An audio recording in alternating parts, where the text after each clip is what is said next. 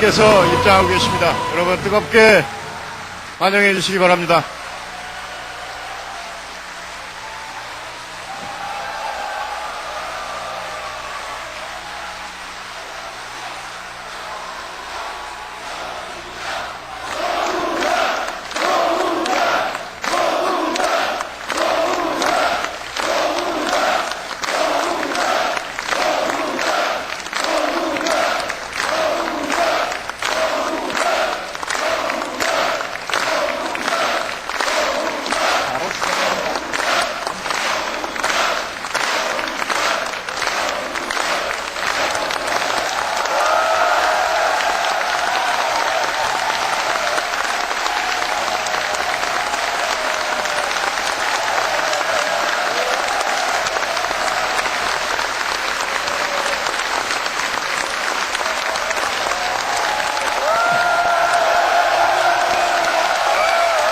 반갑습니다. 정말 환영합니다. 자리에 앉아주시기 바랍니다.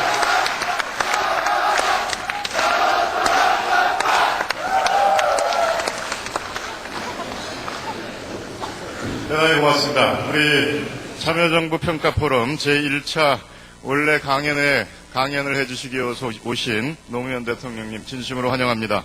오늘 우리 환영회 강의로 하러 오신 그 대통령을 환영하는 이병환 포럼 대표의 인사 말씀, 환영의 말씀이 있겠습니다.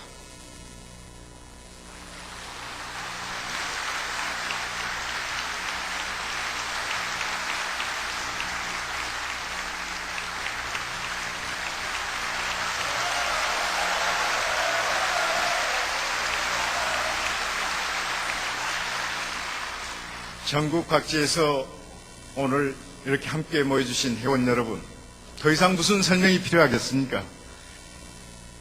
대통령님을 소개합니다.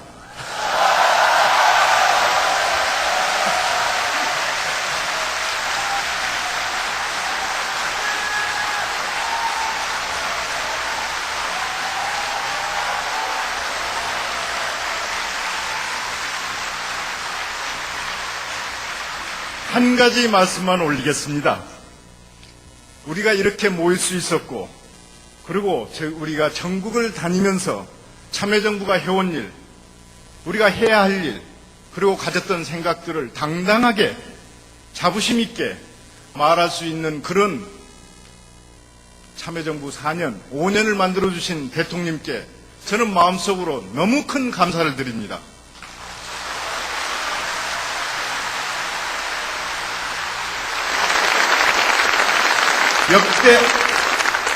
역대 어느 정권이, 어느 정부가 5년차 말기에 이렇게 당당하게 떳떳하게 자부심을 가지고 전국에서 우리가 해온 일을 국민들에게 공정하고 올바르게 알리고 이해시키는 데 나설 수 있었는 그런 떳떳한 자부심을 가질 수 있었던 때가 언제 있었던가? 바로 참여정부밖에 없습니다. 그래서 다시 한번 대통령님께 감사를 드립니다. 우리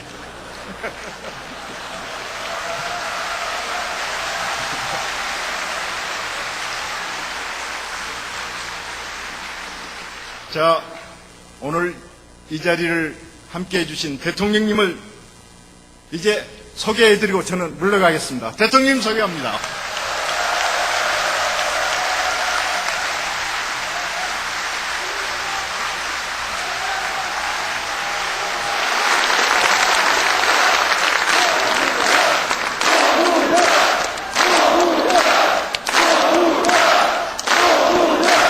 여러분 감사합니다. 자, 이제 분위기 좀 가라앉히고 시작하시죠. 여러분들은 참여정부를 만들어주신 분들입니다. 그리고 이후에 참여정부에 참여해 주신 분들입니다. 또 그러지 않고도 뒤늦게 참여정부를 지지해서 오신 분들이 있는지는 모르겠습니다만 아마 적을 것입니다.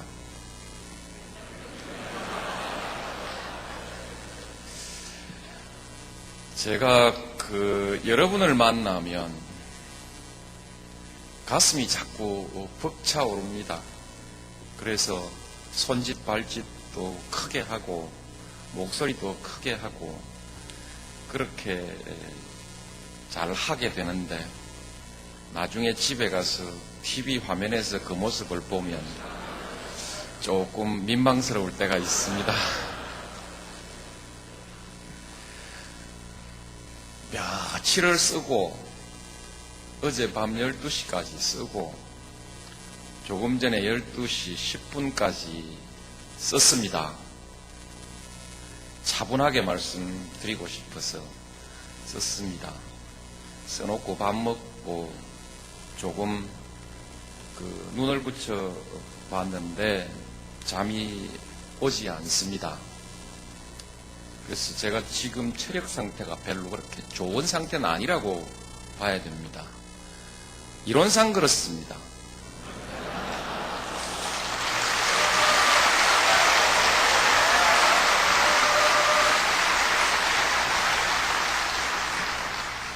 지금 느낌은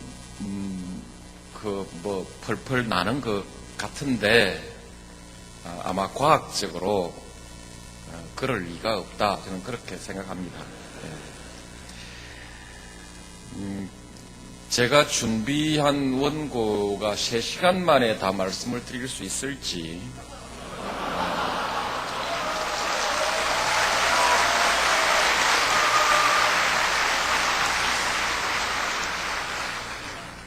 잘 모르겠습니다만 저녁밥 먹을 때까지 해보고 모자라면 저녁 먹고 하십시다.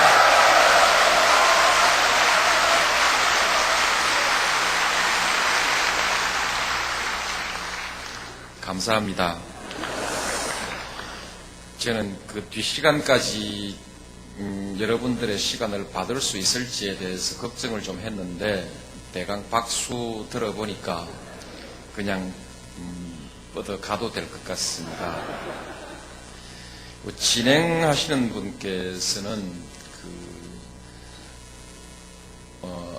앉아서도 좀 할 수 있게 준비를 좀 갖추어 두었다가 나중에 중간 휴식 시간에 좀 그렇게 설치를 할 수 있게 그렇게 좀 준비해 주시면 고맙겠습니다.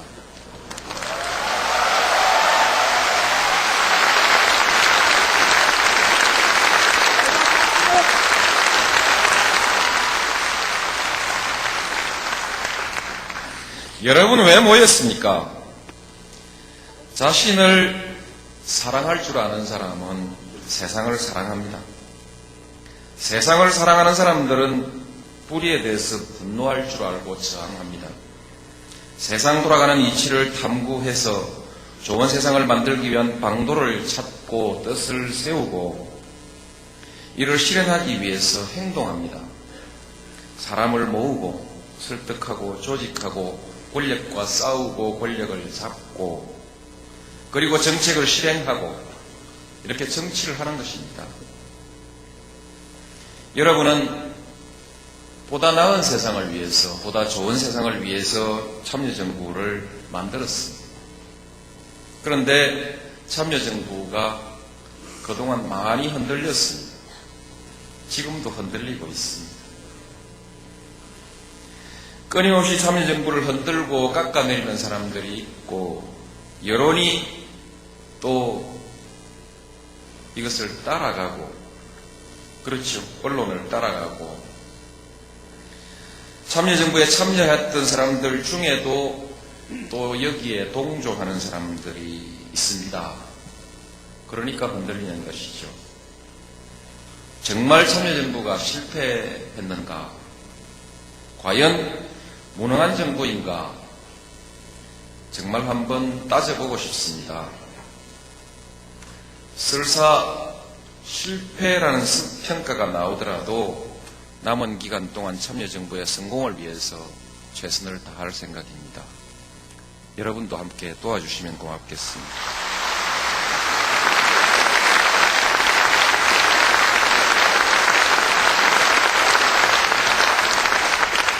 박수를 자꾸 치시면요, 시간이 자꾸 가고요, 저는 자꾸 초조해지고요. 그래서 절제합시다.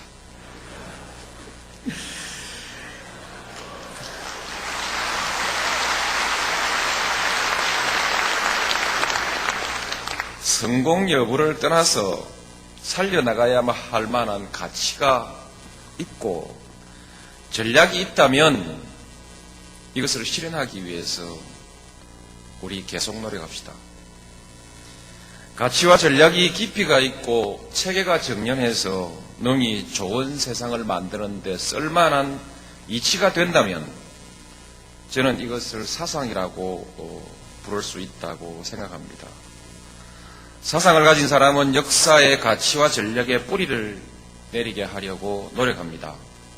참여정부에 그만한 가치와 전략이 있다면 역사의 뿌리를 내리도록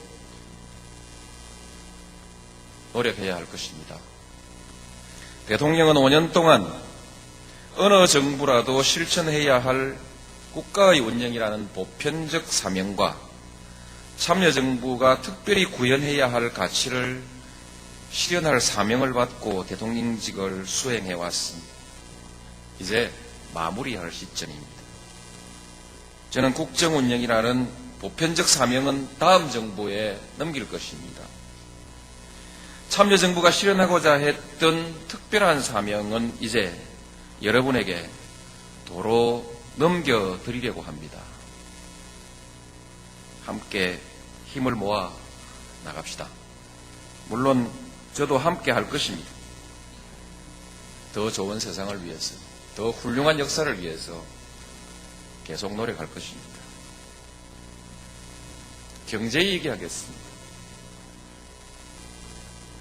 제일 시비가 많은 분야죠. 지난 4년 내내 위기, 파탄, 실패라는 말로 흔들었습니다. 제 대답은 증거로 말합시다. 지표로 말합시다. 오늘 여러분들이 있는 그대로 대한민국이라는 책자를 아마 보셨을 것 같습니다만 지표를 모은 책입니다. 보니까 올라가야 할 것은 다 올라가고 내려가야 할 것은 다 내려가고 있었습니다. 그 사람들이 그렇게 흔들었던 부동산도 이제 안정될 것 같습니다.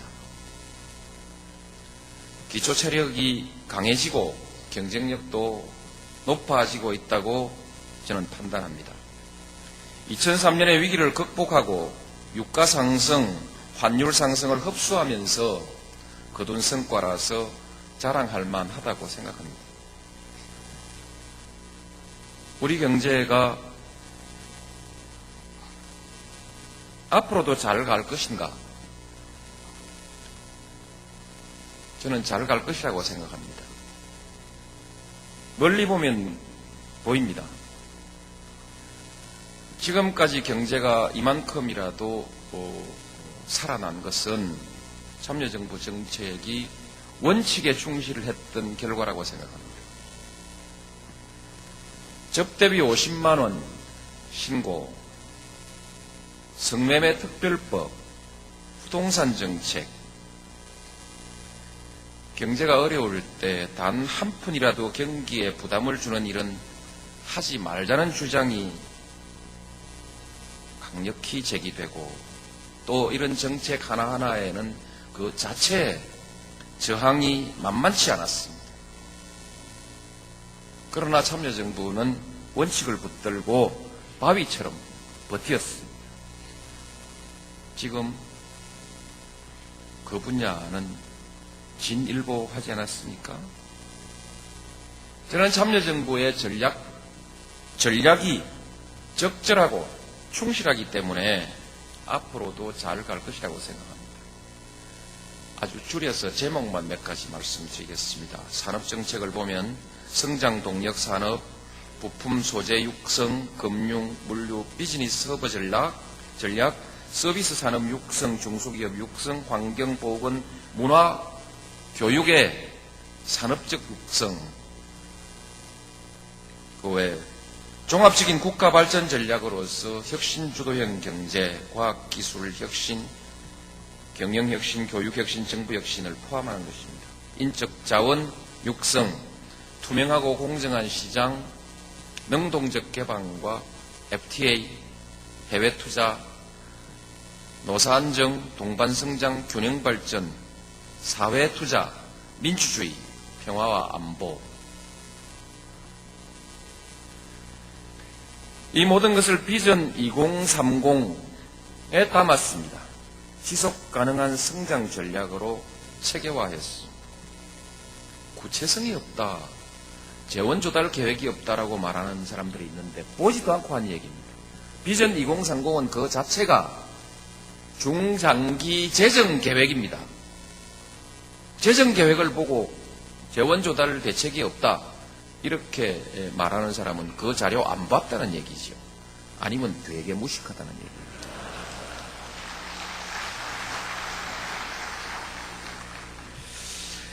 참여정부가 계속 간다고 가정하면 우리 경제 장담할 수 있습니다.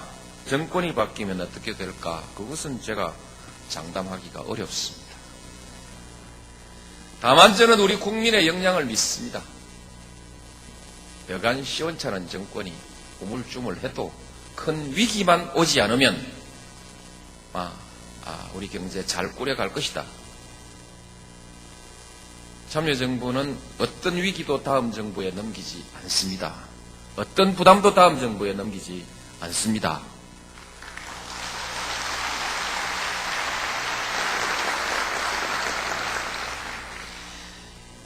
경제 파탄, 경제 실패를 말하는 사람들에게 좀 물어보고 싶습니다. 어느 정부와 비교해서 실패라는 얘기입니까? 어느 나라와 비교해서 한국 경제가 실패라는 얘기입니까? 성장률을 가지고 경제 파탄이라고 얘기하는 사람들이 있습니다. 그런데 그것은 잘못된 것입니다. 세계적 추세와 다른 나라의 경험 등과 비교해 봐야지요. 실제로 성장률이 전부는 아닙니다. 98년, 2003년의 경제 위기는 높은 성장률 뒤에 왔습니다. 그래서 높은 성장률이 사고의 원인일 수도 있다. 그렇게 주의 깊게 살펴봐야 합니다. 성장률은 보통은 그 정부의 성과가 아닙니다. 60 정부의 성장률은 대단히 높았습니다. 문민정부의 성장률도 꽤 높았습니다. 그렇다고 그 두 정부가 경제를 잘했다고 말하는 사람은 제가 보지 못했습니다. 결국 98년에 우리 경제 위기는 그때 원인이 축적된 거 아닙니까? 경제정책의 성과가 성장률로 나타나는 데는 오랜 시간이 걸리게 되어 있습니다. 지금 우리가 먹고 사는, 우리가 지금 먹고 살고 있는 반도체, 휴대폰, 그 밖에 여러 가지 높은 기술들은 우리 정부에서 만든 거 아닙니다. 수출 3천억 불 초과 달성했다고 무역의 날 저들어와서 기분 한번 내자고 그러는데 그거 우리가 한 것도 아닌데 왜 자꾸 내가 가서 사진 찍어야 되냐 이랬더니 하도 섭섭하다고 하는 바람에 할 수 없이 가서 사진은 찍었습니다만 다 이전 정부에서 준비하고 성장시켜 온 것들을 저희 정부에서 열매를 따고 있는 것입니다. 다만 잘 키워놓은 과수나무 15년 되면 어지간한 과수나무는 제대로 수익이 있는데 그것도 망쳐버릴 수는 있습니다. 그해 그럼 잘못 주고 약 잘못 치고 관리 잘못하면 그만 다 낙과해버리고 허탕칠 수 있거든요. 그러나 관리를 잘 하는 것하고 성장의 토대를 낳는 것하고는 조금 구별해서 보자.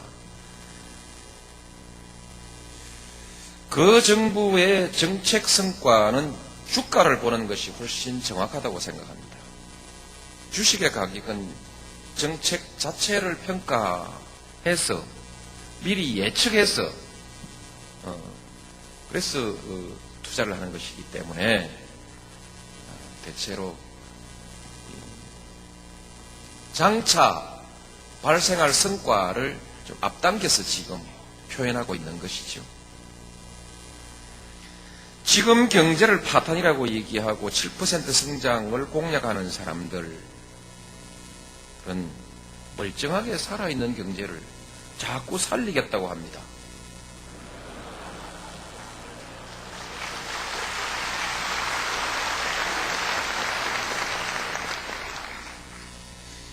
걱정스럽습니다. 사실을 오해하고 있으니까 멀쩡한 사람한테 무슨 주사를 놓을지 무슨 약을 먹일지 불안하지 않습니까? 무리한 부양책이나 또 써서 우리 경제 위기나 초래하지 않을까 좀 불안합니다. 잘 감시합시다.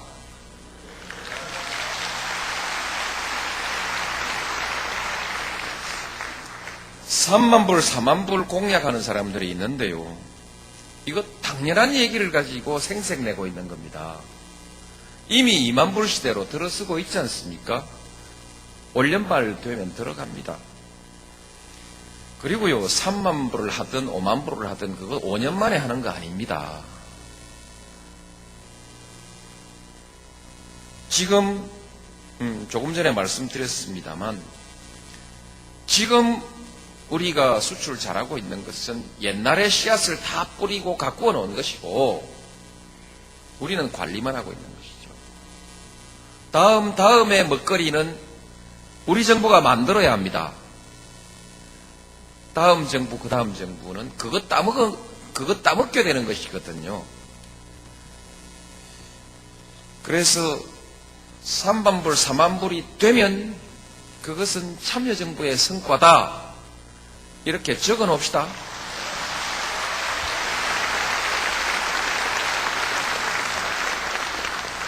참여정부가 엉망을 만들어 놓으면은 3만 불 못 가거든요. 그렇지 않습니까? 예. 문민정부가 막판에 외환위기를 막지 못하는 바람에, 외환위기를 불러오는 바람에, 그게 맞죠? 예. 초래하는 바람에, 초래가 맞을 겁니다. 우리 2만 불이 엄청 더디어졌지 않습니까? 그래서 앞으로 3만 불, 4만 불 가면 그것은 참여정부의 공로다. 제가 근거를 한번 떼어보겠습니다. 연구 결과에 의하면 한미 FTA가 발효되면 연간 0.6%의 성장 효과가 있다고 합니다. 그러면 한EU 간의 무역 거래량은 한미 간 거래량보다 더 많으니까 한EU FTA 하고 나면 최소한 0.6% 또 올라가니까 1.2%는 그저 벗고 들어가는 거 아니겠어요?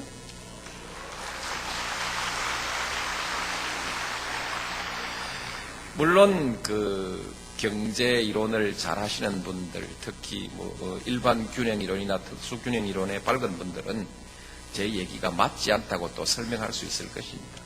사실은 그렇게 되는 것은 아닙니다. 아니지만은 이거 안 하면 올라갈 성장이, 유지될 성장이 유지 안 될 수도 있다는 것으로 보면 또 이게 맞기도 한 얘기죠. 어쨌든 그렇습니다. 하여튼 1.2% 벌어놨습니다. 참여정부는 행정도시, 혁신도시, 기업도시 등의 균형사업을 위해서 2012년까지 기반시설에 56조, 지상건축에 약 45조, 합계 101조를 투자하도록 계획을 세워놓았습니다. 청계천 사업비 3,700억, 대운하 사업비 14조, 정부 계산은 17조인데 이명박 후보는 14조라고 한다고 하는데 17조로 계산하죠. 17조. 열차 페리 얘기하는 분이 있는데 이것은 100억이면 된다는 분도 있고 또 1조 들어야 된다는 계산도 있습니다만 어떻든 다 뭉뚱그려도 균형발전 투자의 5분의 1이 안 됩니다.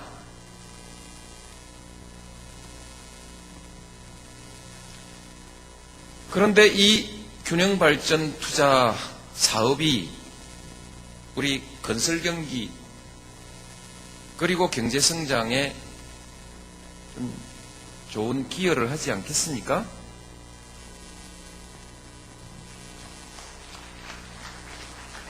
지금요, 이 공사가 시작됐을 때 혹시 노임과 자재에 파동이 있을까 하는 점을 우려해서 건설교통부가 대책을 잘 세우고 있습니다. 여기다가 대운하 사업까지 가서 같이 엎어놓으면 틀림없이 자재 파동 납니다.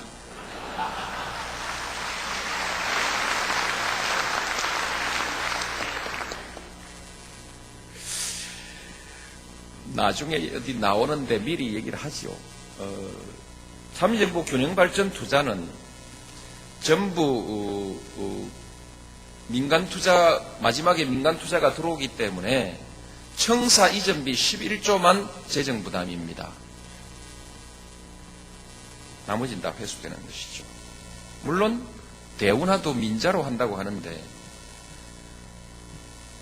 어디 제정신 가진 사람이 대운하 민자 투자하겠습니까?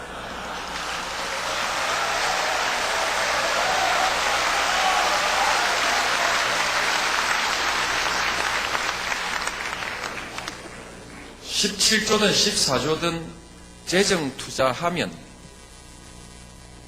재정이 큰일 나지요. 복지 예산 줄여야 되겠죠. 줄일 데도 없습니다. 세금 내리자는 것 말고는 아무런 새로운 전략도 없이 참여정부의 성과를 파탄이 실패니 하고 공격하는 것만으로 우리 경제를 세계 인류로 만들 수 없다는 것은 너무나 명백한 진실입니다.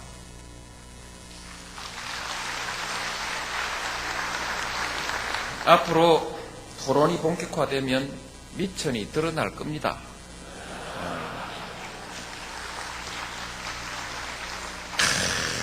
우리 조기숙 교수님 토론 한번 하고 싶죠?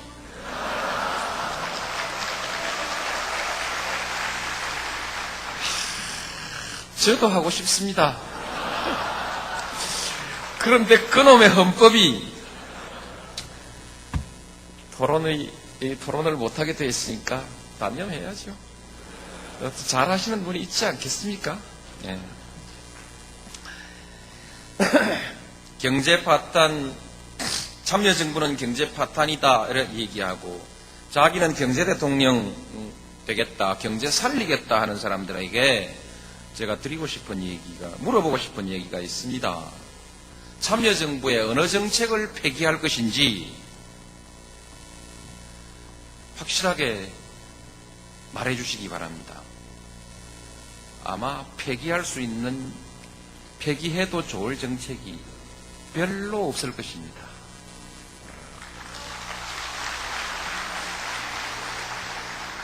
감세, 작은 정부 이런 거 말고 다른 정책을 찾기가 정말 쉽지 않을 것입니다. 자꾸 없는 것을 새로 찾으려고 하지 말고 책 많이 써놓았으니까 그냥 베껴가십시오.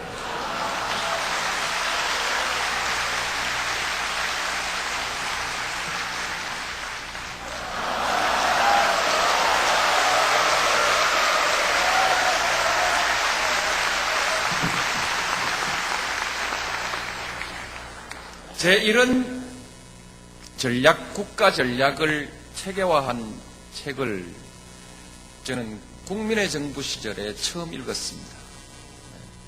KDI에서 만들어 놓은 것을 읽었습니다. 그런데 이제 우리는 3권입니다.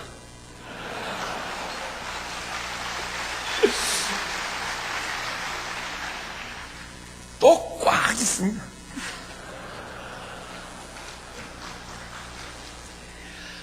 우리 언론들에게 꼭 거듭 당부드리고 싶습니다. 경제는 심이라고 하지 않습니까? 노무현은 흔들어도 우리 경제는 좀 흔들지 말았으면 좋겠다고 말씀드리고 싶습니다.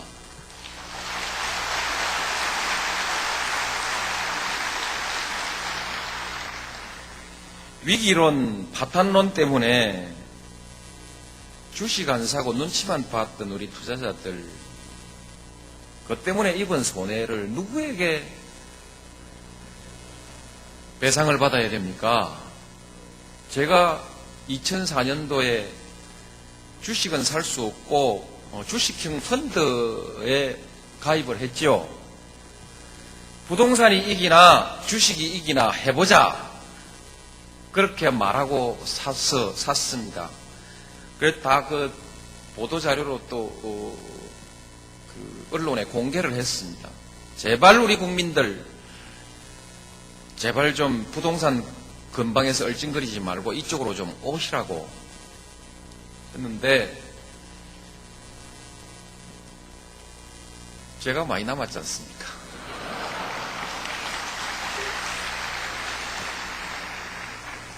제가 나중에 한번 쏠게요.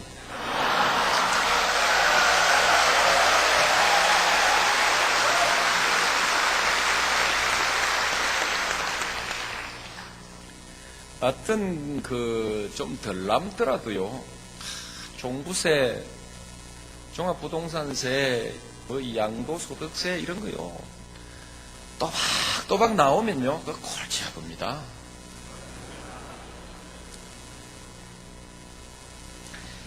민생과 복지, 이것이 제일 어려운 문제입니다. 제가 우선 말씀드릴 것은 참여정부가 최선을 다하고 있다는 말씀을 드리고 싶습니다. 2003년은 정말 어려웠습니다. 그동안에 고통받은 분들께 위로 말씀드립니다. 여전히 지금도 어려운 분들에게 정부도 최선을 다하고 있고 또 점차 나아지고 있으니까 참고 함께 노력하자고 말씀드리고 싶습니다.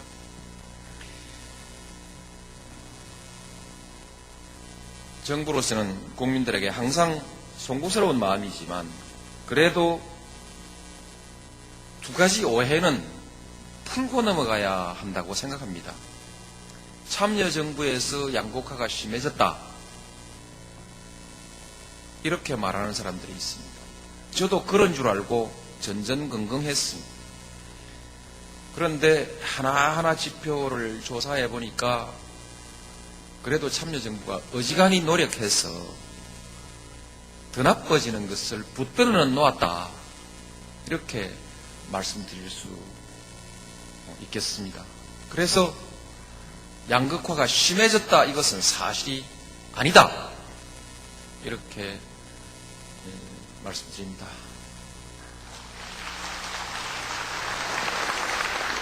심해졌든 심해지지 않았든 양극화의 책임이 참여정부에 있다. 좀 구차한 말씀 같지만은 경제 현상의 원인과 결과에 관한 인과관계를 이렇게 함부로 단정하는 이런 논리가 너무 쉽게 세상에서 통용되면 앞으로 우리가 정책의 옳고 그름을 판단할 수 없는 사람들이 되어버립니다.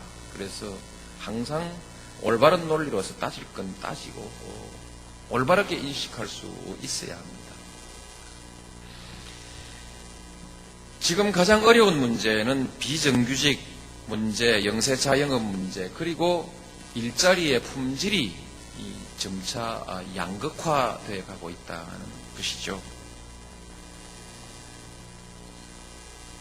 전체적인 지표는 2004년을 정점으로 해서 좀 개선되고 있습니다만은 이런 내막적인 문제에 있어서 하나하나는 더 나빠지는 것도 있고 또 좀 좋아진 것도 있고 복잡합니다. 참여정부는 일자리 정책, 일자리 수를 늘리고 품질을 높이는 정책입니다. 그리고 복지 정책에 최선을 다하고 있습니다. 일자리 정책을 잠시 소개드리면 중소기업 육성 서비스 산업 그리고 이전에 없던 새로운 영역으로 사회적 일자리를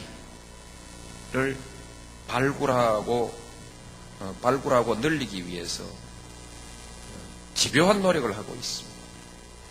고급 일자리 전략, 고급 일자리를 위해서 금융, 물류, 기업 지원 서비스, 그리고 문화산업, 환경, 건강, 교육의 산업화, 그리고 이런 것들을 추진해오고 있습니다. 다만 환경, 건강과 교육의 산업화 문제에 관해서는 우리나라의 복지 근본주의를 주창하는 사람들 때문에 진전이 매우 더딥니다. 공공서비스는 공공서비스대로 확충하되 산업적 영역에서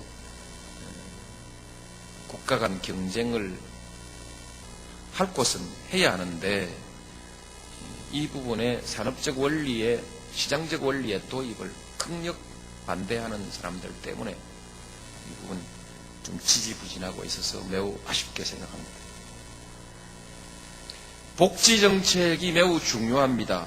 그래서 복지 정책은 재원 배분을 개혁하고 정책의 방법과 수단을 정비하고 전달 체계를 확충하고 그 다음에 전체적으로 복지 정책을 사회투자 전략으로 전환하는 이런 종합적인 전략들을 가지고 이를 추진해 왔습니다. 재원 배분에 있어서는 가장 많은 투입을 했다. 가장 많은 그 성장률을 시현하고 있다. 이렇게 말씀드리고 싶고요.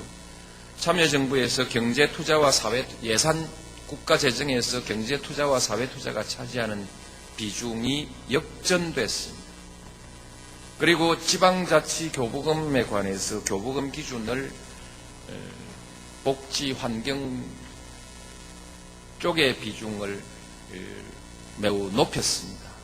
그래서 지방재정 차원에서도 재원 배분에 큰 전환을 만들어 놓았습니다. 정책에 있어서는 돈을 지급하는 정책도 중요하지만 그것도 그대로 해야 하지만 대체로 돈을 주는 것보다 서비스를 개발해서 서비스를 확충하는 방향으로 이렇게 여러 가지 전략을 바꾸었습니다. 그래서 영유아에서부터 학교 학생 그리고 또 여성 쭉 해서 노인 장애인 이 각 영역에서 새로운 서비스를 계속 발굴해 가고 있습니다. 사회적 일자리 발굴 사업은 바로 사회적 서비스 제공으로 이어지는 것이죠. 앞으로 군 복무 제도를 재편하게 됐을 때 그때는 상당히 많은 사회적 서비스를 지금보다 훨씬 많은 사회적 서비스를 제공할 수 있을 것입니다. 전달 체계에 관해서는 사회복지사를 충분히 늘리진 못했습니다만 좀 늘렸고요. 동사무소를 국민의 정부 때부터 복지센터로 한다, 문화센터로 한다, 무슨 자치센터로 한다 하고 부처 간의 옵신값이 쌓는 것을 기어코 이제 끝장을 봤습니다. 이거 간단한 것 같았는데요. 이런 게 어렵더라니까요. 한다고 보고받고 한참 있다가 또 다음 보면 그냥 있어요. 간다 하는데 나중에 퇴근해서 보니까 그냥 있어요. 안 가고. 정리를 했습니다. 그래서 동사무소를 생활지원센터로 만들고요. 그리고 그 일반 공무원 직원들을 복지 교육을 시켜서 아주 전문적인 거 아닌 것은 복지 서비스를 좀 담당하도록 이렇게 전환시켜 가고 있습니다. 참여정부에 와서 가장 중요한 것은 사회투자 전략이라고 하는 새로운 전략을 채택하고 정리했다는 것입니다. 기존의 복지 지출은 단순한 소비적 지출이라고 해서 계속해서 반대가 너무 많았고 경제성장에 지장을 준다는 이론이 있었고 반대가 많았습니다. 그런데 결국 복지 지출을 잘하면 방법을 좀 바꾸면 지속가능한 경제를 위한 사회투자가 될 수 있다. 이런 개념을 도입하고 우리 복지정책의 내용도 거기에 맞추어서 조정했습니다. 이것을 사회투자 전략이라고 이름을 붙였습니다. 사회투자 전략은 지속가능한 성장을 위한 전략입니다. 그 전략의 내용을 보면은 인적 자본에 대한 투자를 중시하고 기회의 균등을 보장하고 그리고 예방적 투자를 하고요. 잘 교육시키면 생산성은 높아지고 사회적 부담은 줄어드는 거 아니겠습니까? 그런 취지입니다. 그리고 이것을 하자면 경제정책과 사회정책을 통합적으로 보고 통합적으로 운영해야 한다. 지금 그렇게 하고 있습니다. 그리고 이제 그것과 관계에 있는 거와 유사한 것으로서 이제 네, 그렇습니다. 그래서 사회정책이죠. 이것이 핵심적인 어떤 사상으로 구체화되어 있는 것이 이 전략이 구체화되어 있는 것이 비전 2030이거든요. 이 비전 2030을 참여정부의 경제부처에서 만들었다는데 큰 의미가 있다는 것입니다. 기획예산처에서 만들었거든요. 청와대에서 만든 것이 아닙니다. 그래서 참여정부의 복지는 이제 경제부처에서 말하자면 추동할 만큼 추동한다. 말하자면 경제부처에서도 적극적으로 계획을 세우고 주도해 나간다. 그런 데서 의미가 있다고 생각합니다. 그 다음에 이제 민생과 관련된 것 중에 아주 중요한 것 하나는 균형발전 정책입니다. 동반성장 균형발전, 부동산 정책, 주거복지, 대학 입시제도, 이 모두가 우리 국민들의 민생의 아주 중요한 요소들입니다. 이 점에 관해서도 많은 노력을 하고 있습니다. 민생과 복지는 국민의 정부 그리고 참여정부의 정체성입니다. 예산과 정책에서 그 이전과 이후가 확연하게 구별됩니다. 그러나 국민의 정부, 참여정부의 복지 투자를 가지고 선진국이 되기에는 아직 까마득합니다. 일본, 미국의 우리 GDP 대비 한국의 공공사회지출 내지 복지지출 이름들이 조금 이렇게 써 있는데 지출의 비중은 미국과 일본의 2분의 1, 유럽에서 조금 앞선 나라의 3분의 1 수준에 아직 머물러 있습니다. 비전 2030은 참여정부의 가치와 전략입니다. 추상적인 선언이 아니고 매우 구체적인 재정 계획입니다. 민생과 복지정책은 이후 정부의 성격에 관해서 핵심 쟁점이 될 것입니다. 보수냐, 진보냐, 큰 정부냐, 작은 정부냐, 감세냐, 아니냐, 이런 것이 대통령 선거에서도 가장 핵심적인 쟁점이 되지 않겠습니까?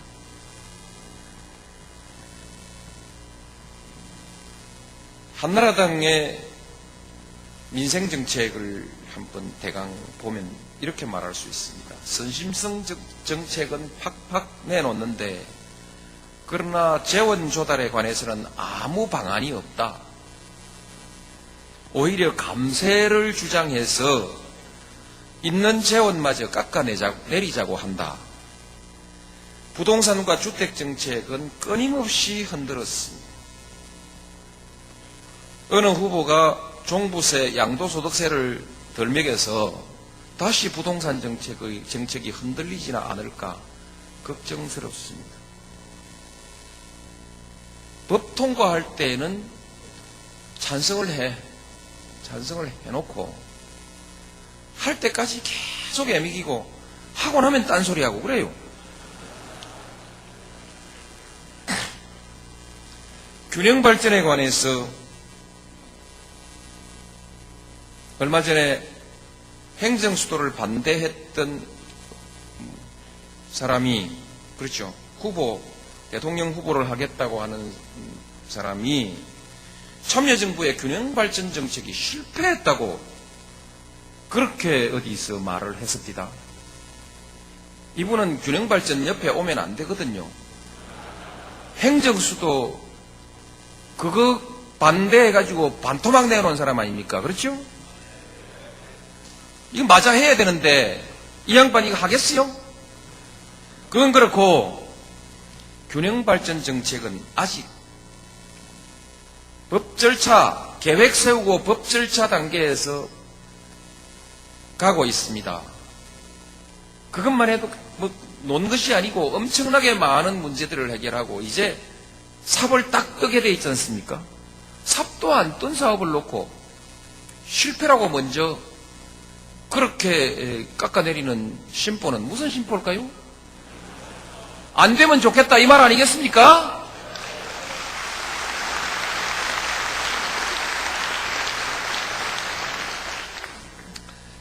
여튼 균형발전 정책 여러분 잘 지킵시다. 눈 부릅뜨고 두 눈 딱 부릅뜨고 지킵시다.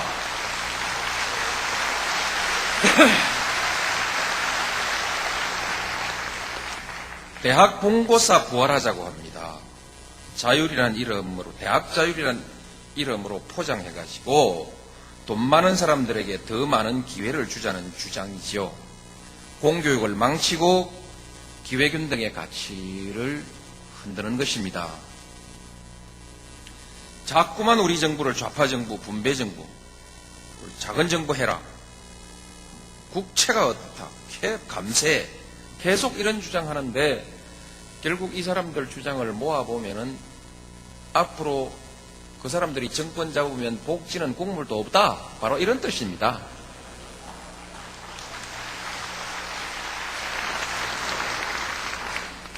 복지하면 민주노동당이 있지요. 근데 그분들 지난번 선거 때 부유세 부과를 주장했는데 같은 세금을 내더라도 부유세 하면은 내기가 싫거든요. 기분이 나쁘거든요.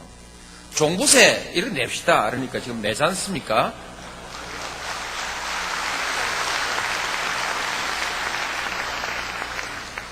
절대로 국회에서 통과 안 될 것만 계속 주장하고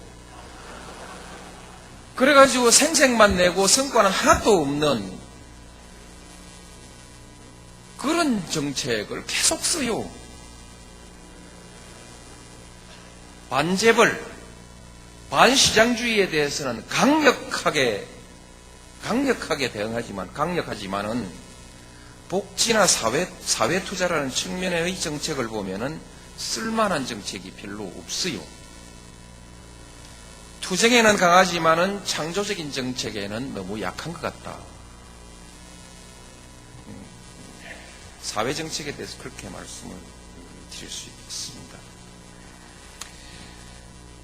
경제, 사회 두 가지 말씀드렸습니다만 되게 이점에서 종합해서 한 가지 더 덧붙이면요. 참여정부는 위기를 잘 관리하고 그리고 극복해온 정부입니다.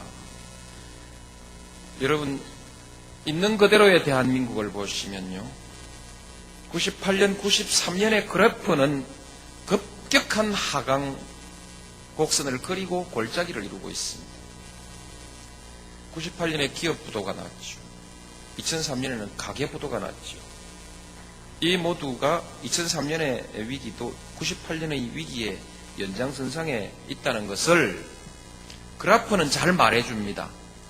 98년도에 나빠졌던 것이 지금까지 시정 안 되고 있는 많은 지표들이 있지 않습니까? 그렇습니다. 신용불량자, 가계부채, 카드발 금융위기, 중소기업 대출로 인한 금융위기. 2003년도에는요, 정말 잠 편히 잘 수 있는 날이 없었습니다. 아슬아슬하게 다 넘겼고, 민생 경제는 2004년부터 이제 회복되고 있습니다.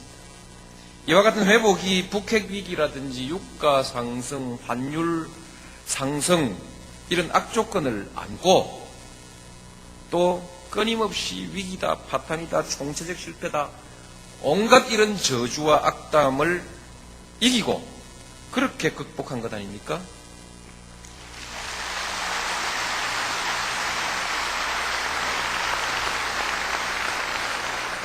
복지 지출의 정액 때문에 국채는 조금 늘었습니다만, 조금 늘었습니다. 숫자 몇백조 하는 것은 그건 사실이 아닙니다. 그건 다른 용도이고요. 공적자금 전환과 외평채, 그 채무는 우리가 물건을 가지고 있기 때문에 채무라도 괜찮은 채무입니다. 아시겠죠? 그 물건 사가지고 가지고 있으니까요. 실제로 우리가 정부 지출, 일반 재정의 지출을 위해서 낸 국채는 그렇게 많지 않습니다. 정확하게 지금 기억을 못 하겠는데요. 여튼 그렇게 지금 견뎌 왔습니다. 이 대목에서 저는 우리 국민들에게 감사하다는 말씀을 드리고 싶습니다. 참 우리 국민들이 잘 해주십니다. 우리 국민들의 역량이 아니었으면 이렇게 잘 극복할 수 없었을 것입니다. 한나라당은 요즘도 계속해서 실패다, 무능이다, 참여정부를 흔들고 있는데요. 그 양반들이 98년의 후유증이 아직까지 다 해소되지 않고 있다는 사실을 잘 모르는 모양이에요. 여러분, 혹시 아는 분들 있으면 우리 책 한 권씩 좀 사가지고 선물 좀 하세요. 98년에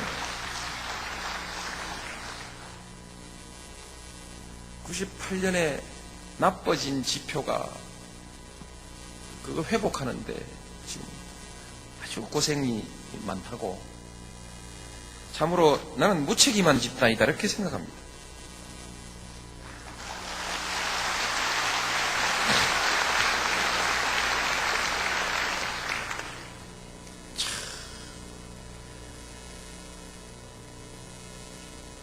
청와대에서요, 매일 언론한테 얻어맞고 한나라당 한마디 하면 톱으로 해서 또 얻어맞고 맞다가 오늘 저 혼자 아무도 안 말리는 데서 일방적으로 한번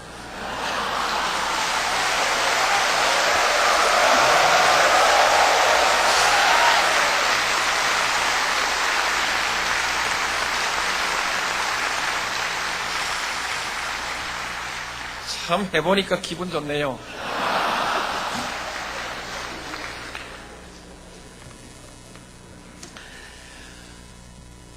참여정부는 그 평화와 안정을 확실히 지키고 그리고 증진하고 있습니다. 북핵 문제에 관해서 대화에 의한 해결 원칙을 그야말로 뚝심 있게 관철해서 이젠 확실하게 대화의 길로, 쌍방이 모두 확실하게 대화의 길로 들어가서 성의를 다하고 있습니다.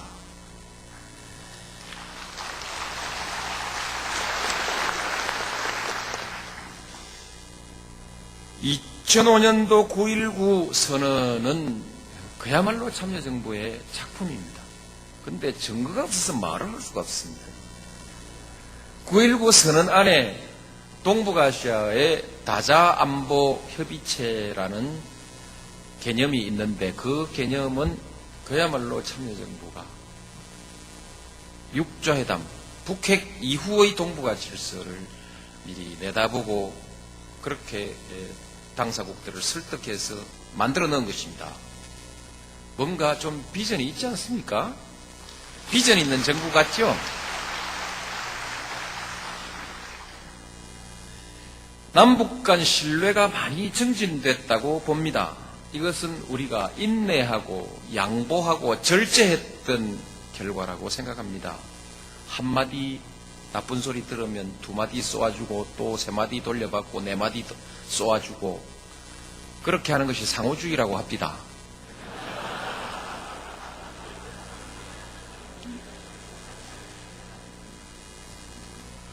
미사일 발사했을 때, 핵실험 했을 때 그 당시에 우리 언론, 우리 정치, 우리 국민들 저를 축사발 만들었습니다. 여론조사 해보니까 잘못했다가 70% 이상 나왔어요. 와, 아무 말도 안 하노 이거죠. 왜 아무 말도 안 하노? 한 대 때려야지. 비상 안 걸었, 새벽에 비상 안 걸었다고.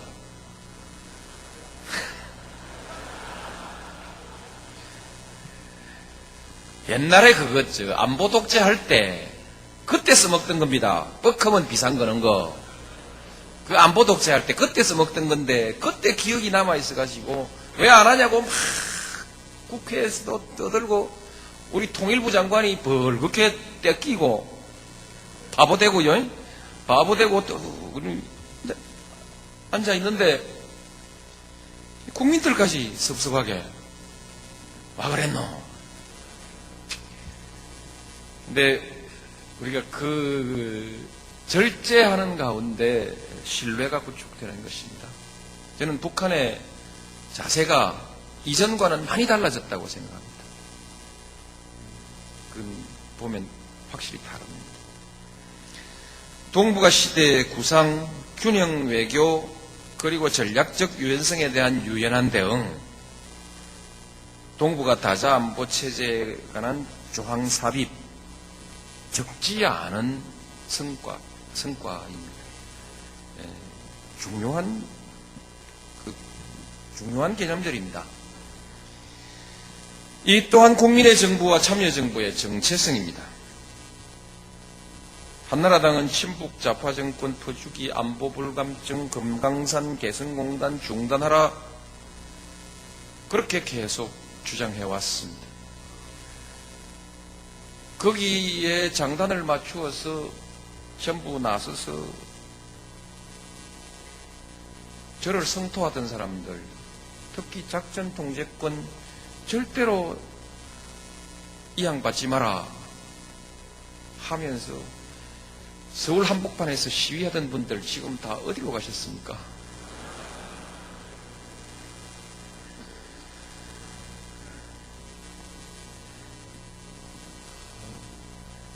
웃읍시다.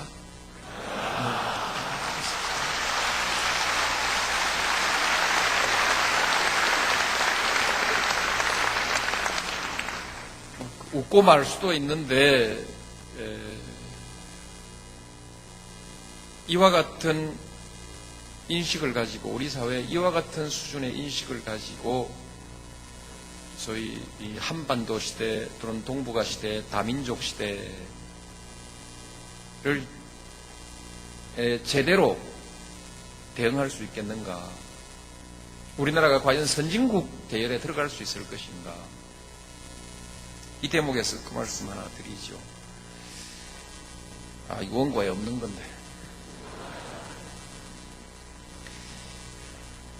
그 2020년이 되면은 동북아 지역의 경제력이 전 세계 경제의 5분의 1이 동북아로 집중된다.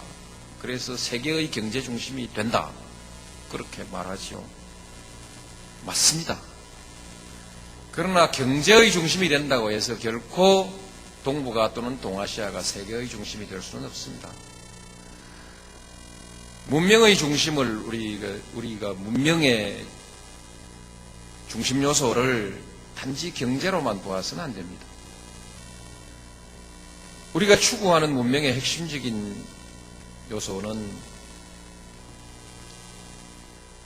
공존의 지혜, 말하자면 평화와 공존 아니겠습니까? 평화와 공존의 전략과 정책이 앞서 있는 나라가, 앞서 있는 지역이 세계의 중심이 되는 것입니다. 오늘 세계의 중심은 저는 미국도 아니고 유럽이라고 생각합니다. 동북아시아가 진정으로 세계 경제의 중심이 되고 세계 문명의 중심으로 발전하려면 우리 국가적 전략과 국민의식을 새로운 수준으로 향상시켜요. 참여정부 안보를 정말 잘하고 있습니다. 자화자찬합니다.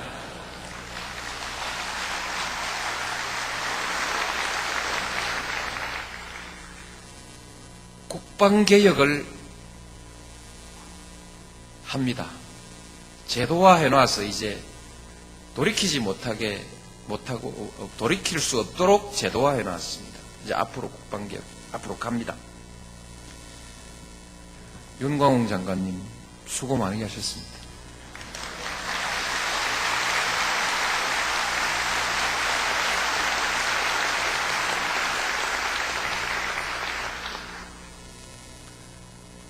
한다 하고 안 해요. 근데 윤 장관이 들어오시고 난 뒤부터 다 만들어 놓고 그리고 나가셨습니다. 법으로 합니다. 법을 만들어 놨습니다, 이제. 국방비 투자 구조도 좀 바꾸고, 군 구조도 근본적으로 개혁하고, 군의 전투력의 개념도 좀 바꾸고, 그렇게 해서 소위 국방력을 질적으로 향상시켜 나가는 그런 정책이 국방개혁입니다. 20년 동안 말로만 해야 한다 이렇게 하면서 미루어왔던 것인데 이제 이번엔 확실하게 제 궤도에 들어갔습니다. 국방조달체계, 군사법제도, 의무제도 이런 것들을 다 개혁해서 합리화하고 효율화하고, 그래서 정례강군을 만들어서 국방력이 증강된다. 이것이 저희 국방개혁의 논리입니다. 하나하나가 모두 저항이 만만치 않은 문제들입니다. 아무나 할 수 있는 일이 아닙니다. 적어도 하여튼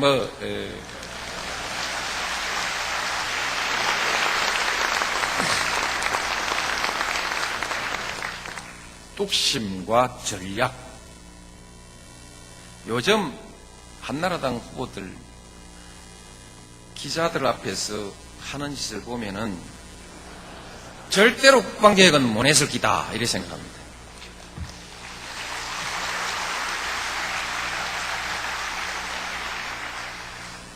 우리 귀한 자식들 병영생활 환경을 개선했습니다. 안보를 정치에 이용하지 않습니다. 나라의 위신을 높이고 국익을 정진하는 외교를 했습니다. 균형 외교를 했습니다.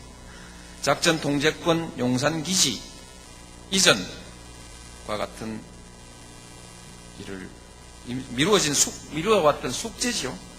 한미동맹을 재조정해서 이런 일을 했습니다. 용산 기지에는 이제 세계적으로 아름다운 공원이 만들어질 것입니다. 박수 한번 치십시오.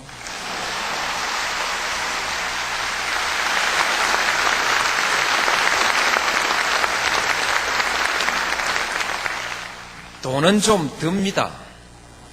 들지만은 백제 대운하 같은 데가 돈 쓰지 말고 이런 데 돈을 써야 된단 말입니다.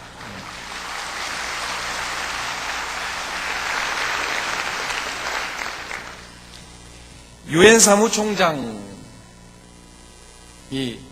한국에서 나왔습니다. 본시 그분이 훌륭하고 국제 무대에서 신망이 있는 분입니다. 그러나 우리가 균형 외교를 하지 않았다면 아무리 똑똑한 사람도 거기 안 시켜줍니다. 한국의 균형 외교가 낳은 어떤 균형 외교가 좀 기여했다. 한나라당은 균형 외교 안 하거든요. 대미 일변도 외교를 안 한다고 저를 얼마나 타박을 줬습니까?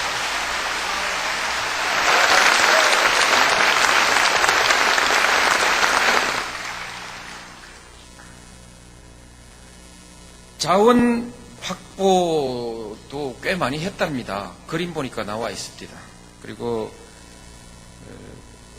좀 전략적인 해외 투자 이런 것을 기획해서 작년 하반기부터 알제리라든지 아제르바이잔이라든지 어떤 나이지리아라든지 그 밖에 동남아 여러 국가에 이제 한두 개의 사업이 아니라 여러 분야의 그 컨소시엄을 형성해서 정보 컨소시엄을 형성해서 패키지로 이렇게 이제 투자하고 협력하는 이런 방향으로 전환을 해서 이제 한국도 본격적인 해외 투자 국가가 될 것입니다.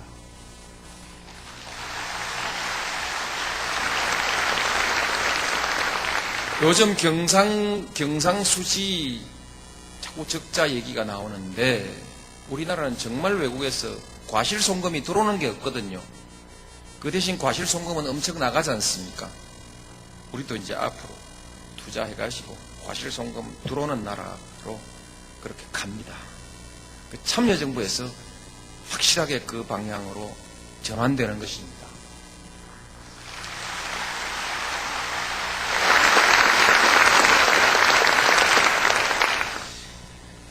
파병의 문제, 전략적 유연성을 잘했냐 못했냐 시비가 좀 있었고요.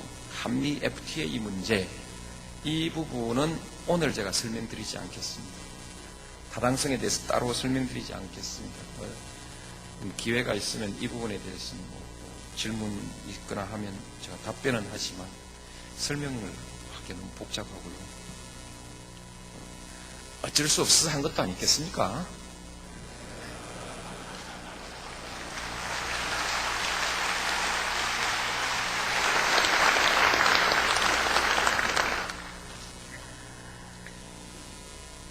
그 해외 다니면서 외교하면서 제가 받은 느낌인데요. 한국이 국제 무대에 꿀리지 않는 당당한 일원으로 등장한 때는 국민의 정부 때부터다. 저는 그렇게 생각합니다. 지도자의 정통성이라는 것. 정통성이 국가 위신에 미치는 영향이 굉장히 크다는 것을 많이 실감하고 다닙니다. 혹시 한국의 지도자가 다시 무슨 독재자의 딸이니 뭐니 이렇게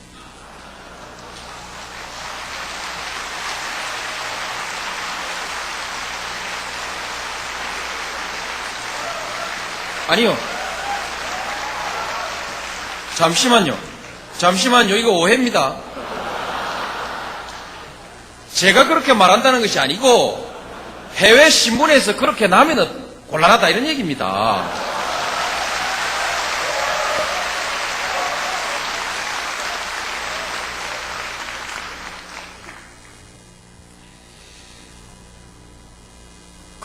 어느 정부의 성과를 얘기할 때 가장 중요한 것은 공약입니다. 공약은 그 시기에 국민의 요구를 담아낸 것이기 때문입니다. 많은 국민들의 수많은 요구 중에서 국민적 공감대가 가장 높은 것이 핵심 공약이 되지 않겠습니까? 그리고 핵심 공약은 보통 그 시대의 역사적 과제, 바로 시대 정신을 응축한 것이라고 생각합니다.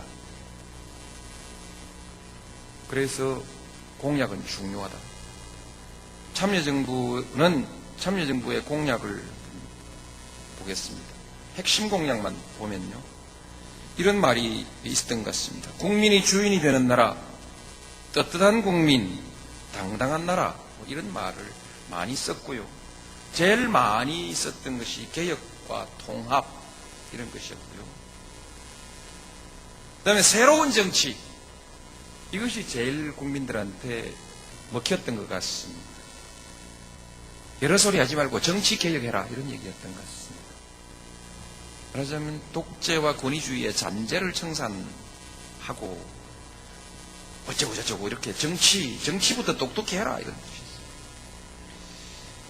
요즘 후보들이 들고 나오는 공약하고 한번 비교해보면 조금 차원이 다른 것 같아요. 그렇지 않습니까?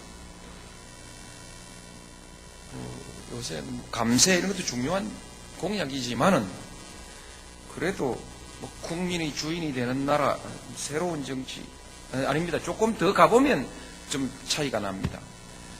공약의 구체적인 내용을 제가 말씀드리고 대강 가고 있는지를 한번 점검해 보십시다. 우선 개혁의 공약이죠. 저는 후보 시절에 노무현이 만난 링컨이라는 책 서문에서 낮은 사람, 겸손한 권력, 강한 정부 이런 공약을 했습니다. 그 뒤에 대통령 후보가 돼서는 친구 같은 대통령 이렇게 공약했습니다. 정치 권력을 개혁하겠다는 뜻이었을 것입니다. 권위주의, 가신정치, 측근정치 뭐 이런 일도 개혁하겠다는 뜻이겠죠. 특권과 반칙이 없는 사회 이런 공약을 했습니다. 정치 권력과 권력기관, 언론 등의 특권과 횡포를 염두에 두고 한 공약일 것입니다. 정경유착, 권한유착, 부정부패, 영고주의를 다 청산하겠다고 얘기를 했습니다. 그리고 투명하고 공정한 사회를 만들겠다고 했습니다. 정보의 평등, 기회의 평등, 조세행정의 투명화, 공정위 강화, 검찰권의 공정성 뭐 이런 것들을 뜻하는 것이겠지요. 원칙과 신뢰 이렇게 얘기했습니다. 그리고 상식이 통하는 사회, 합리적인 사회 이런 얘기를 했었죠. 한마디로 말해서 예측이 가능한 사회로 가자. 그래야 우리 국민들이 떳떳하게 살 수 있다. 떳떳한 국민이 거기서 나오는 거 아니겠습니까? 더불어 잘 사는 균형발전 사회, 그 자체가, 복지는 그 자체가 가치이거니와 갈등의 예방과 국민 통합을 위해서 매우 중요한 요소이기 때문에 균형발전 사회가 필요하다. 지역주의 극복, 국민 통합 잘 안 된 것 같습니다. 그러나 17대 총선에서 영남의 열린우리당 후보가 영남에서 득표한 것이 32%인데요. 이건 그 이전의 2배에 해당되는 아주 막대한 표입니다.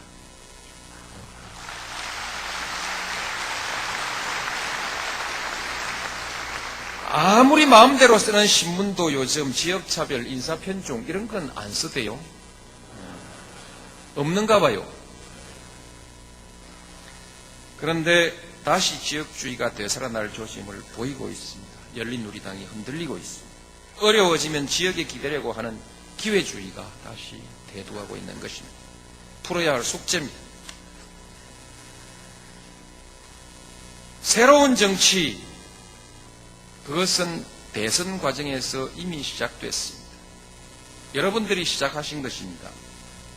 그리고 당선된 이후에 대선 자금 수사로 우리나라의 정치 문화의 천지개벽이 일어났습니다. 그런데 이 또한 요즘 살살 부활할 조짐을 보이고 있습니다. 공천 헌금과 같이 엄밀한 거래가 이루어지고 있습니다. 일부 정치인들이 정상배로 타락하고 있습니다. 지역주의로 공천권이 이권화된 것입니다.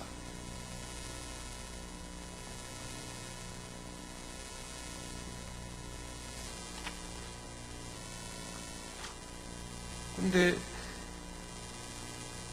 이번 대선판을 미리 보면 개혁의 공약이 없습니다. 정치개혁의 공약이 안 보입니다. 언론도 대강 넘어가고 있는 것 같습니다. 공천헌금 사건이 108건이나 수사를 했는데 별로 보도는 별로 안 된 것 같아요. 보도하라고 국무회의까지, 법무부 장관으로 하여금 국무회의에 보고까지 하게 했는데 그래도 대충 보도하고 말아버립니다. 공천헌금은 괜찮다.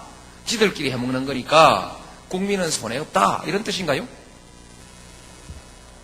큰일 났습니다. 정말 큰일 났습니다. 그리고 과거사 정리를 공약했죠.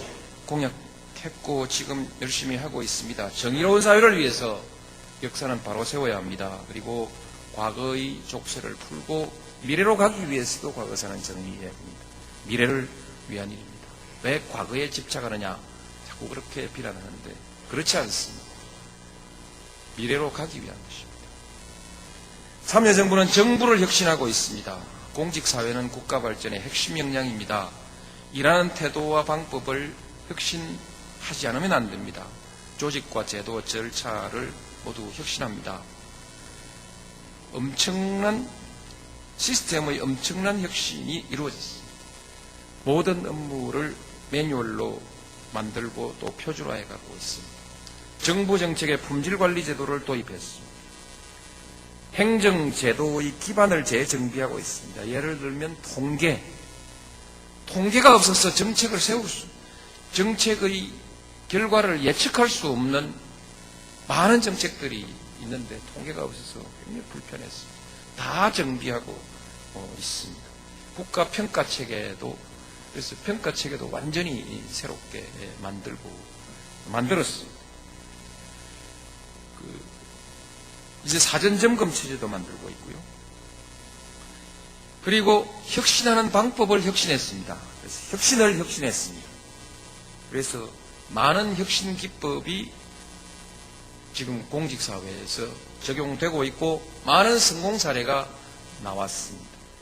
책을 모으면 이 스크린 벽에 하나 가득 찰 만큼 각 부처나 조직에서 사례들을 발표해 놓고 있습니다.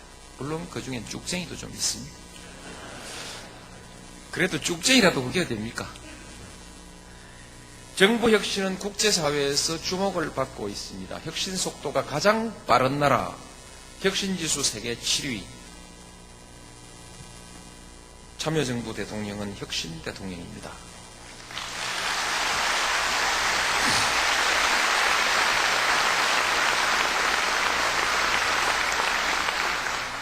감사합니다. 참여정부 자화자찬까지만 하고 좀 쉬십시다. 네.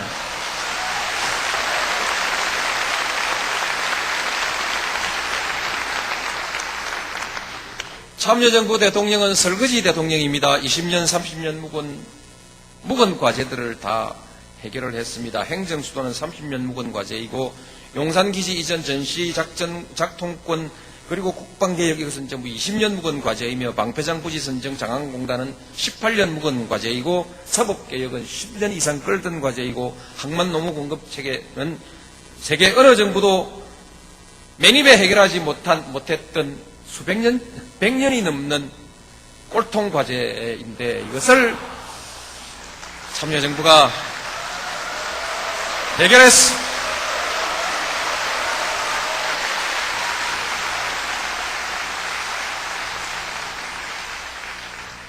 그냥 넘겨주는 것이 없었습니다. 하나하나 전부 갈등이 있고 저항이 있었습니다. 새만금, 사패산 터널, 전성산 터널, 공공기관 이전, 화물연대, 노사관계 제도 선진화, 비정규직 입법, 특수고용 문제, 이거는 특수고용 문제는 어제 또 마무리를 좀 해놓고 왔는데요. 부동산 보유세, 국세 투명화, 성매매 특별법, 언론개혁, 과거사 정리. 그러니까 나라가 시끄럽죠.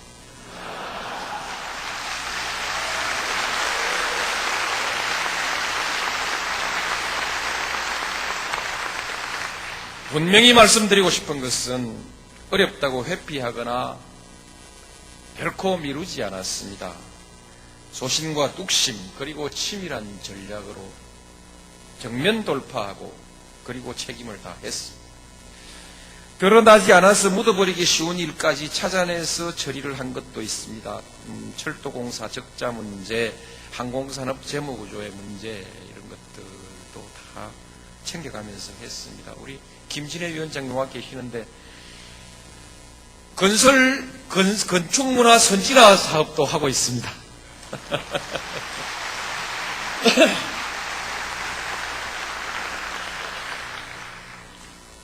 빨리 안 가지요.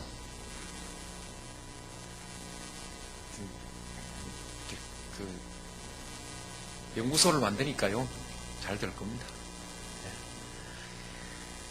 요즘날 건설교통부 장관하고 그 건축문화 선진화, 문화 선진화 하기 위한 법 제도 개혁에 관해서 이 얘기를 좀 했거든요.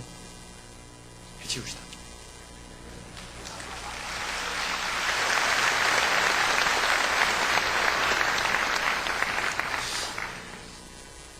하여튼 나라의 모습이 달라질 것입니다. 그리고 앞으로 계속 추진해 나가야 될 것이 있습니다. 국민연금이 아직 걸려 있고 공무원연금도 등등이 있고요.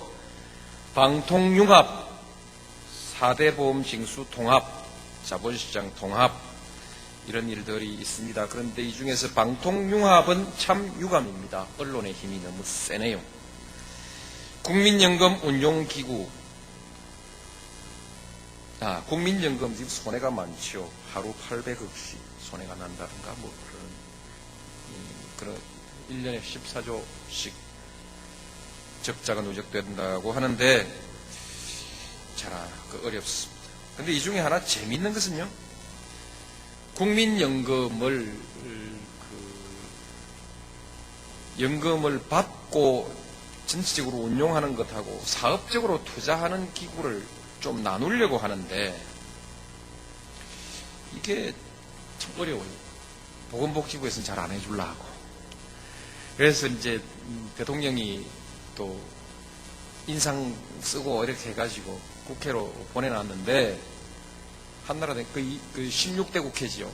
한나라당이 공무원연금 투자 운용 체계를 개선해 놓으면은 주식 투자를 해가지고 주가가 올라가면 17대 총선에서 한나라당이 불리하다고 그래서 뒤로 밀어버렸습니다. 일러 바칩니다.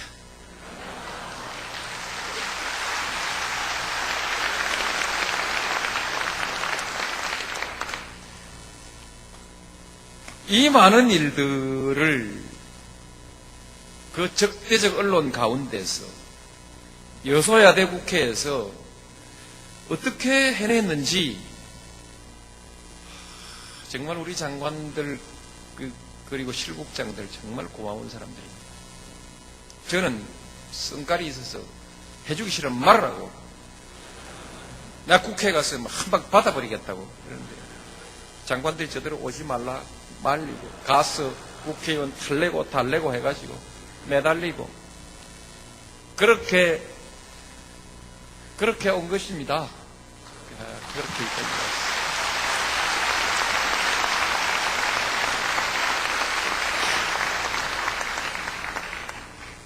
참 우리 공무원들 칭찬을 자꾸 하는데 그게요 이유가 있습니다. 내가 빚을 많이 졌으니까요. 기자실 논란이 지금 뜨겁습니다. 결론부터 말씀드리겠습니다. 폐해가 있어서 개혁한 것입니다. 1차 개혁을 했는데 시간이 흐르면서 옛날의 폐해가 되살아나는 것 같아서 2차 개혁 조치를 취한 것입니다.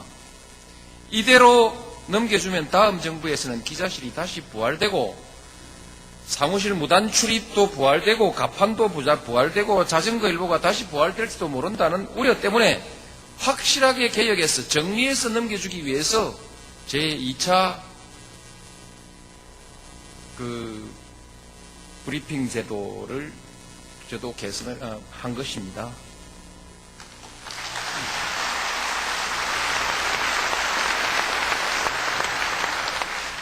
왜 유독 언론만이 부당한 이익을 계속 부당한 권리와 부당한 이익을 계속 주장하는지, 민주화 이후에 모든 조직과 집단이 관행이라는 이름으로 누리던 부당한 이익을 다 포기하고 있는데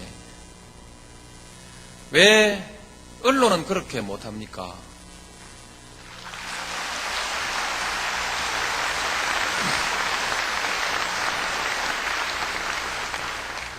국민의 알 권리를 방패로 막강한 권력을 누리고 있으면서 왜 부당한 이익을 주장합니까? 언론의 이기주의가 너무 지나칩니다. 노블리스 오블리제라는 말은 언론에게도 적용돼야 합니다.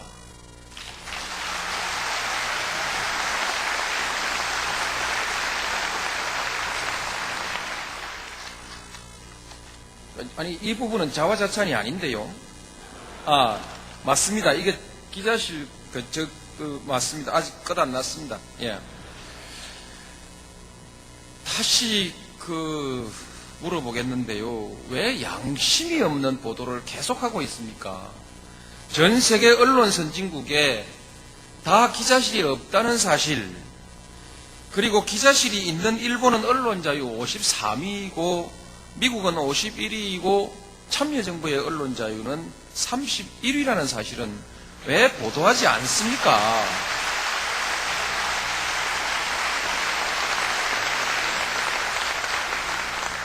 박수 조금 천천히 쳐주십시오. 왜냐하면 이 대목은 혹시 TV에 나갈지 모르는데 내줄지 누가 압니까? 양심 있는 기자들이 또 양심 있는 내줄지 모르는데 자꾸 박수를 쳐버리면 이게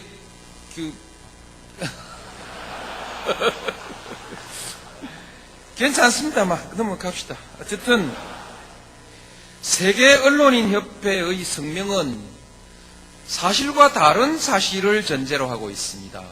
누가 왜곡된 정보를 제공했는지 모르겠습니다만 유감스럽습니다.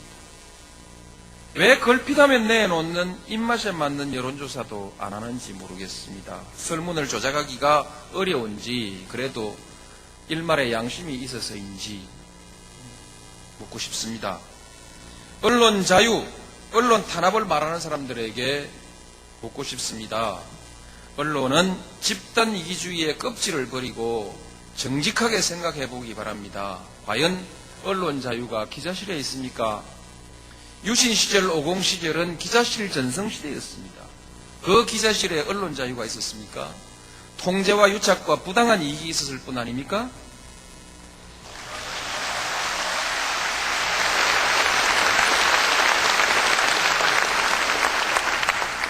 정말 기자실에 국민의 알 권리가 있습니까? 알 권리는 기자실의 관급 정보 받아쓰기 귀동량에서 충족되는 것이 아니라 발로 뛰어서 정보를 찾아서 기사를 써야 국민의 알 권리가 충족되는 거 아닙니까?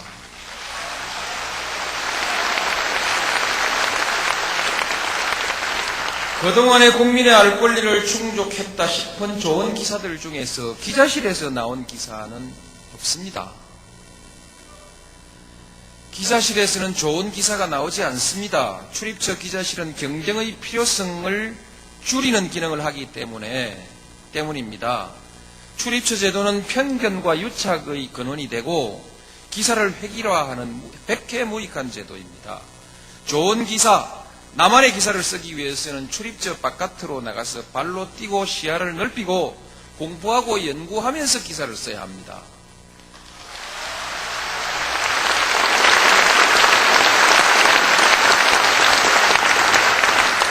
출입처 그거 없앤다고 언론 탄압이 되겠습니까? 1차 때에도 언론 탄압한다고 난리를 부렸는데 언론 자유도는 오히려 더 높아지지 않았습니까? 그리고 우리 언론 기사의 품질도 더 좋아지지 않았습니까? 가판도 없어지지 않았습니까?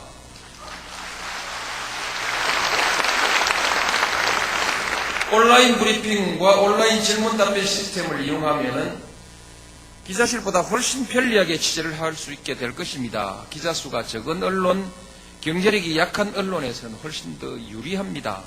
다시 한번 생각해 보시기 바랍니다. 가재는 개편이라는 것도 어지간할 때 애교지.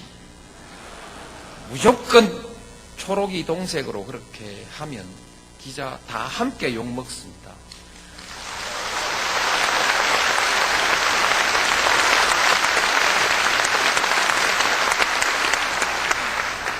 대한민국 기자의 위신을 그래도 대한민국 기자의 위신 그리고 자존심을 그런 대로 유지하게 해준 것은 유신 시절 해직 기자들이 있었기 때문입니다.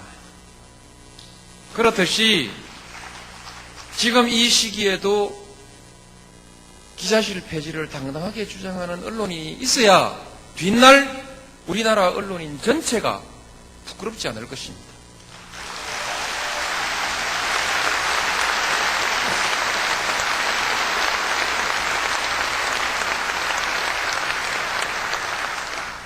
저는 언론의 주장에 동조하는 사람들을 어느 정도는 이해하고 있습니다.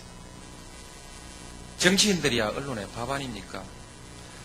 딱 볼펜 들고 딱 카메라 들이대고 묻는데 어쩌겠습니까? 그러나 국정홍보처 폐지, 기자실 부활을 대통령 공약으로 들고 나오는 사람들은 너무 심합니다. 이렇게 하는 것을 어떻게 불러야 합니까? 추파라고 부를까요? 영합이라고 부를까요? 굴복입니까? 뭐요? 영합? 추파? 굴복? 작당?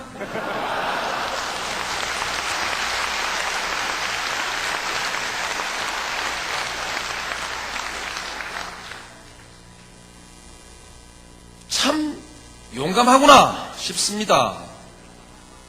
참 어이가 없고 한심합니다. 모르면 용감하다 이런 말이 있긴 있습니다.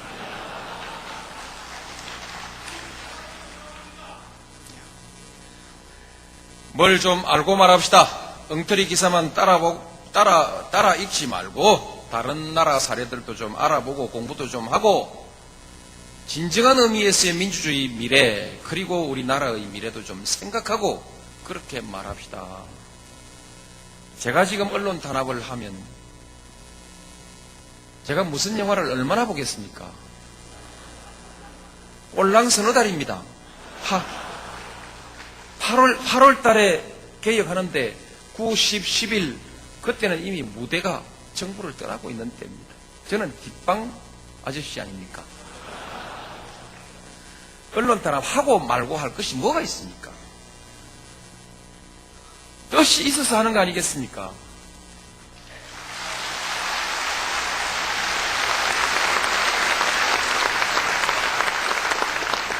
언론 탄압도 나쁜 일이지만 언론의 눈치 보고 영합하는 것도 나쁜 일입니다. 언론에 영합하고 있는 사람들에게 묻고 싶습니다. 과연 진심입니까? 그렇게 하면 정권 잡습니까? 그렇게 정권을 잡아서 무엇을 하겠다는 것입니까? 지금 치십시오.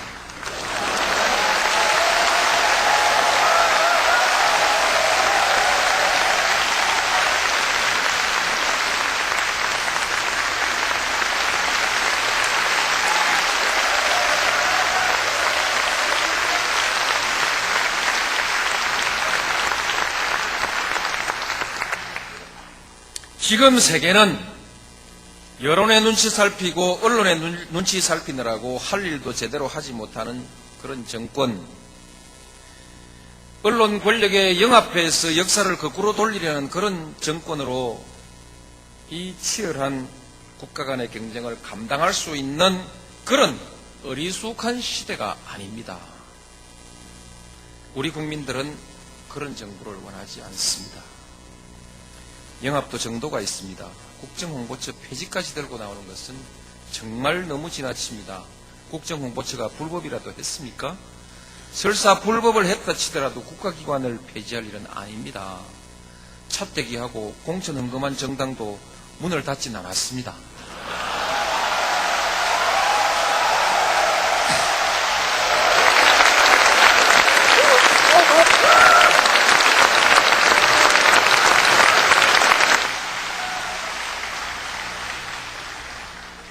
마음에 안 든다고 국가기관을 폐지하자고 하는 사람들 보면 참 무책임한 사람들입니다.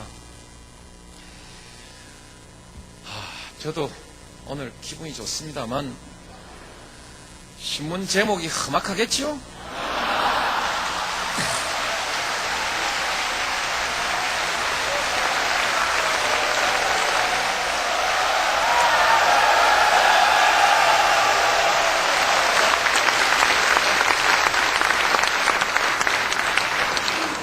민생은 정책에서 나오고 정책은 정치에서 나옵니다. 정치는 여론을 따르고 여론은 언론이 주도합니다. 언론의 수준이 그 사회의 수준을 좌우할 수밖에 없습니다. 나라가 선진국이 되려면 언론이 먼저 선진국이 되어야 선진 언론이 되어야 합니다. 우리도 선진국 한번 해봅시다. 정치와 언론만 선진국 수준에 미달하고 있지 않습니까? 우리 정치와 언론이 각성해서 우리도 선진국 한번 해봅시다. 갑시다.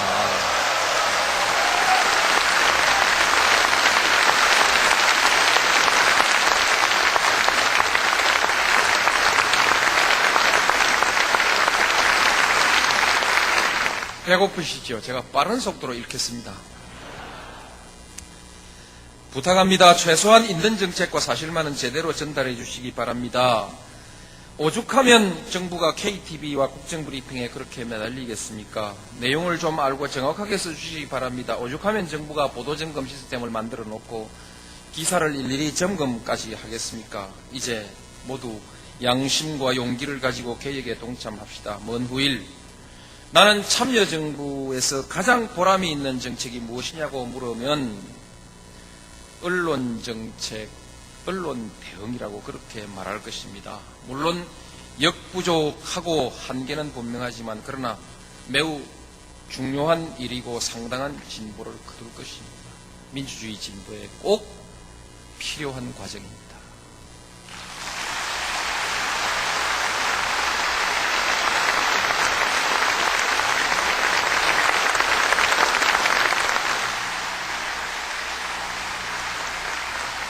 저도 빨리 안 읽으랍니다. 시간 줄이려고 빨리 읽었는데 박수를 길게 쳐가지고 어차피 시간 다 없으니까 천천히 읽겠습니다.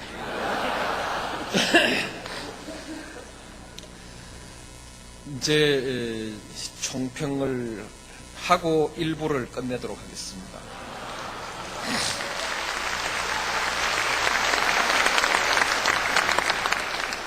참여정부는 험한 바다를 헤쳐왔습니다.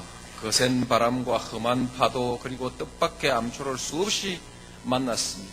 끊임없는 진로방해와 발목 잡기, 흔들기, 돌발 사고에 시달려왔습니다. 그러나 우리는 침몰하지도 않았고 좌초하지도 않았습니다. 말년까지 레임덕이라는 그런 거 없이 잘하고 있습니다.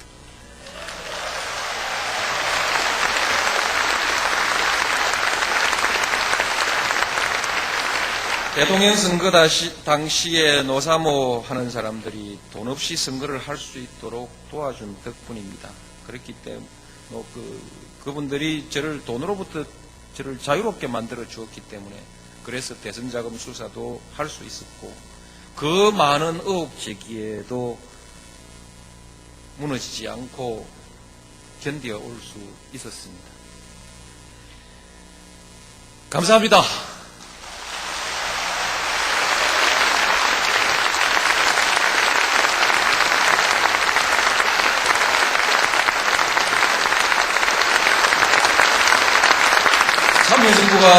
참여정부가 하고자 한 일은 대체로 다 실천이 되었습니다. 참여정부는 할 일을 제대로 하고 있는 것입니다. 집안은 끊임없이 시끄러웠지만 한국군은 잘 가고 있습니다. 방향도 괜찮고 속도도 괜찮습니다.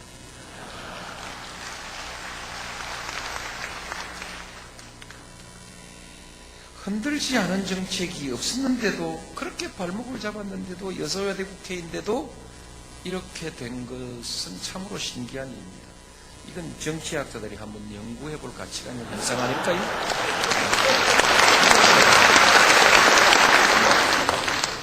종합적으로 봐서 5년 전 대통령 선거 때 여러분이 그리고 우리 국민들이 제게 기대했던 것이 무엇입니까? 그 정도는 기대 수준에 비교해 보면 한참 낫지요.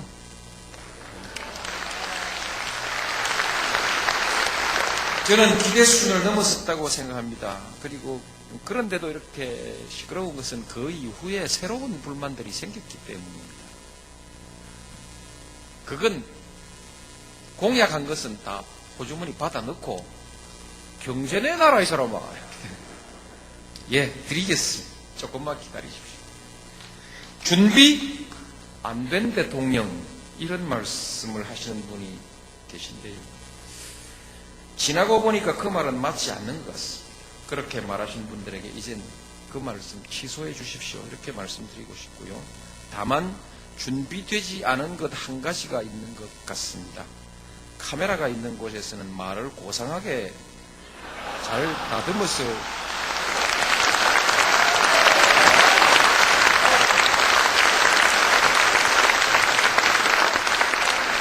해야 되는데 그 재주를 미처 준비하지 못했고 지금도 아직 그 재주가 부족합니다. 앞으로 한 번 더 시켜주면 확실하게 하겠습니다.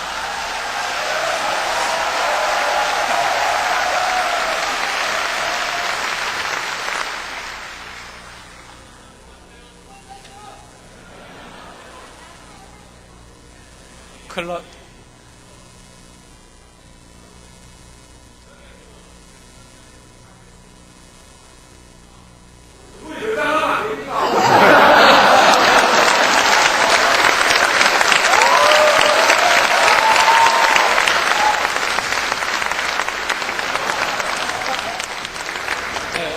여기에서 제1부 순서를 마치고 그 진행을 맡으신 분들이 2부를 준비해 주시면 2부에 와서 하고 내일 하라면 내일 하고 모레 하면 모레 하고 그렇게 하라는 대로 하겠습니다.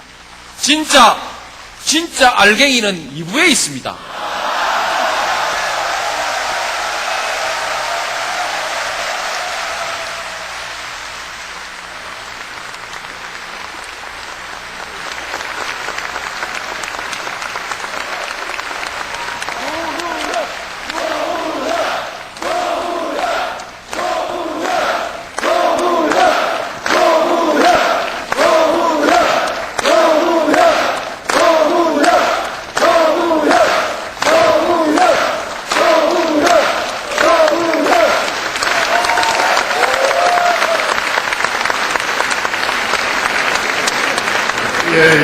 본의 아니게 1부, 2부로 행사가 나눠졌습니다.